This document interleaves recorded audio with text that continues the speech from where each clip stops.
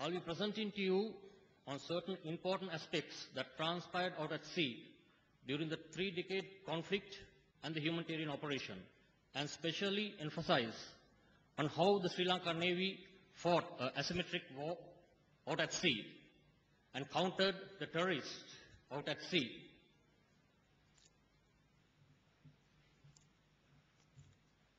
Being a maritime nation with a 679 nautical mile coastline around the country, the importance of the sea for Sri Lanka for her survival and way forward needs no further emphasis. It is therefore very important to realize how a terrorist organization like the Liberation Tigers of Tamil Eelam use the seas around us to threaten maritime security, the sea lanes of communication around the island, and the freedom of the seas, which was important to local as well as international shipping.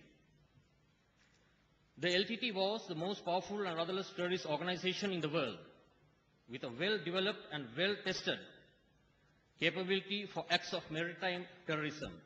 The Sea Tigers, which was the sea arm of the LTTE, had a well-structured command organization which had its own attack, logistic and suicide craft squadrons, which were capable of operations even in high seas. The Sea Tigers also had a merchant fleet, which was engaged in various illegal activities through various front companies based in many capitals of the world. The Sea Tigers had also carried out a number of terrorist attacks against naval as well as civilian targets, hijacked ships, engaged in a large-scale gun running, human smuggling, narcotic trafficking, and other crimes at sea. The Sea Tiger activities could be categorized as launching attacks on naval ships and craft at sea, launching attacks on merchant ships that were carrying humanitarian cargo to the affected civilians in north, hindering the sea lift that was executed to sustain the security forces deployed in north, providing much needed logistic support to the LTT through sea route using small boats and large ships, carrying out reconnaissance of harbors and other maritime or coastal installations, using the Sea Tiger suicide frogmen to infiltrate into harbors and anchorages to carry out underwater sabotage, laying mines in tactically important sea areas such as harbor entrances, ferrying injured cargoes and reinforcement cargoes between coastal locations. In the beginning, the Sea Tigers used fiberglass dinghies with multiple outboard motors and carried small arms for protection and attack. These boats were no match for the high-speed and better-equipped Sri Lanka Navy craft. Soon, the LTT realized the need to have much bigger, faster craft with mounted guns. With time, the Sea Tigers developed their craft and were fitted with multiple high-power OBMs, high as 250 horsepower, and 4 such engines coupled together could achieve speeds in excess of 45 knots. These attack craft were fitted with medium caliber weapons such as 12.7 mm, 14.5 and 23 mm twin barrel guns, and carried an assortment of small arms. The different type of craft used by the Sea Tigers are attack craft, logistic craft, suicide craft, semi-submersible craft, low-profile suicide craft, high-speed stealth craft,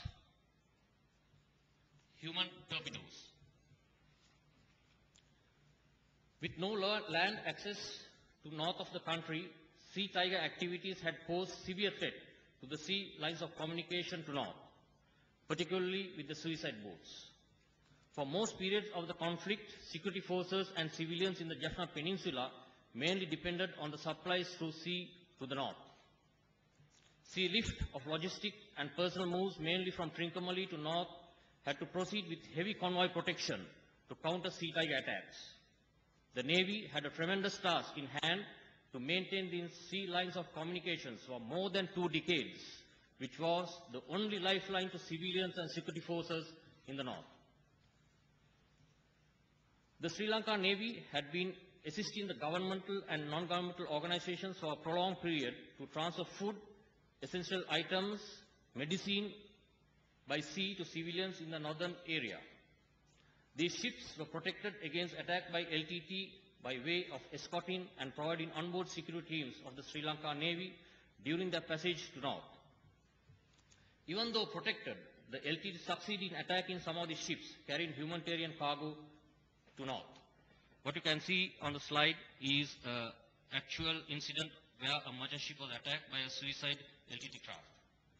The LTT attacked the ships with the aim of hindering the flow of aid to civilians in the affected areas and leaving room for the government to be blamed for not providing sufficient aid to civilians and to tarnish the good image of the government internationally.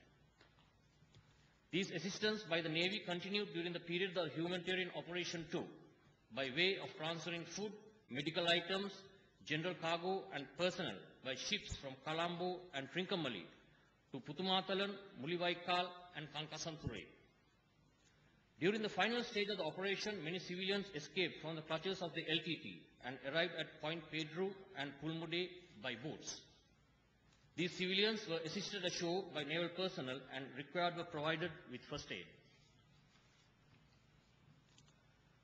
Towards the latter part of the conflict, the Sea Tigers used to launch about 15 Sea Tiger craft and another 8 to 10 suicide craft in one cluster, often mingling with the fishermen, to attack Sri Lanka Navy formations.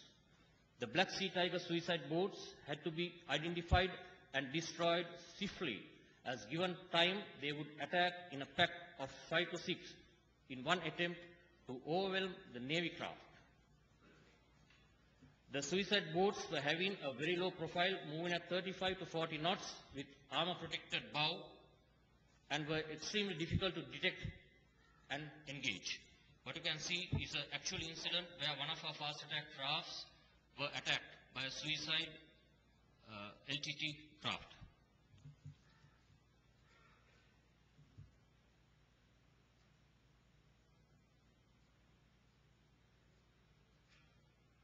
You can see the firing going on between the LTT craft and the Sri Lanka Navy craft, and 2 suicide boats approaching the Navy craft, and finally one achieving the target. In dealing with the LTT's Wolfpack attack, the Navy understood that it had to drastically innovate to meet this asymmetric threat posed by the Sea Tigers, as it had destroyed some of the naval ships and craft through this tactic. In response, a formidable firepower was provided on board fast attack craft with better day and night sensors. Also, in year 2007, a new wing of the Navy was commissioned, which consisted of a large number of very high-speed small attack craft known as the Rapid Action Boat Squadron to fight alongside the Special Boat Squadron, which already existed in the Navy. What you can see is the Special Boat Squadron practicing their attack formations. The LTT's capability to launch 25 to 30 attack and suicide craft at one go was soon confronted with the Navy being able to launch 60 to 70 small attack craft of the Special Boat Squadron and Rapid Action Boat Squadron, along with the fast attack craft deployed in all strategic locations and were engaged in combat successfully, negating the asymmetric nature of the LTT warfare. This set the trend to deny the seas for LTT illegal activities and also prevented the LTT cadres and their leadership from escaping through the sea route from Mullaitivu during the final phase of the humanitarian operation through effective naval blockade. The LTT terrorist campaign totally depended on the arms and ammunition and other warlike material brought into the country through the sea route from various countries. Towards 2006, the LTT was using fishing trawlers to transfer warlike materials from their ships known as floating warehouses that were stationed far away from the coast of Sri Lanka. The Navy had no doubt that it was the utmost importance and priority to deny the sea route to the LTT to obtain their supplies and indulge in their terror campaign. Through good intelligence, the Navy monitored the movements and locations of the LTT ships that were loaded with military hardware.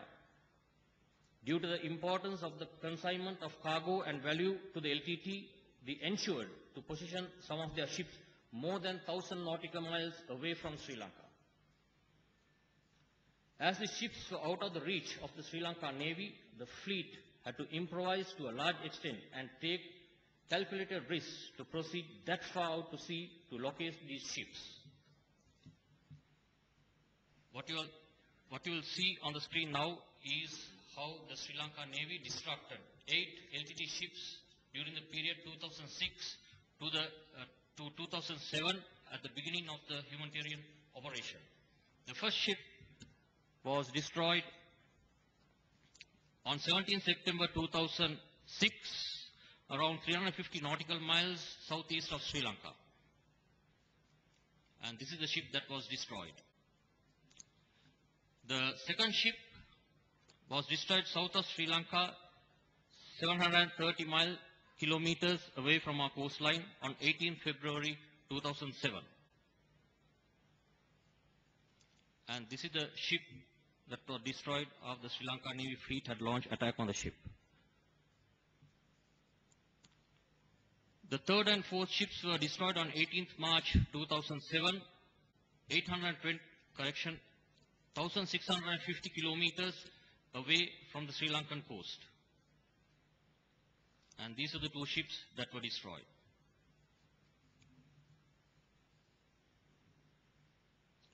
Three ships were destroyed on between 10th and 11th September 2007 at a distance of 2,800 kilometers away from the coast of Sri Lanka.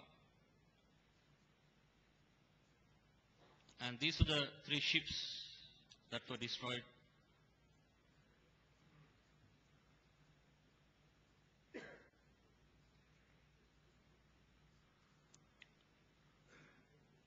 And the final ship was destroyed on 7th October 2007, 3,240 kilometers southeast of Sri Lanka.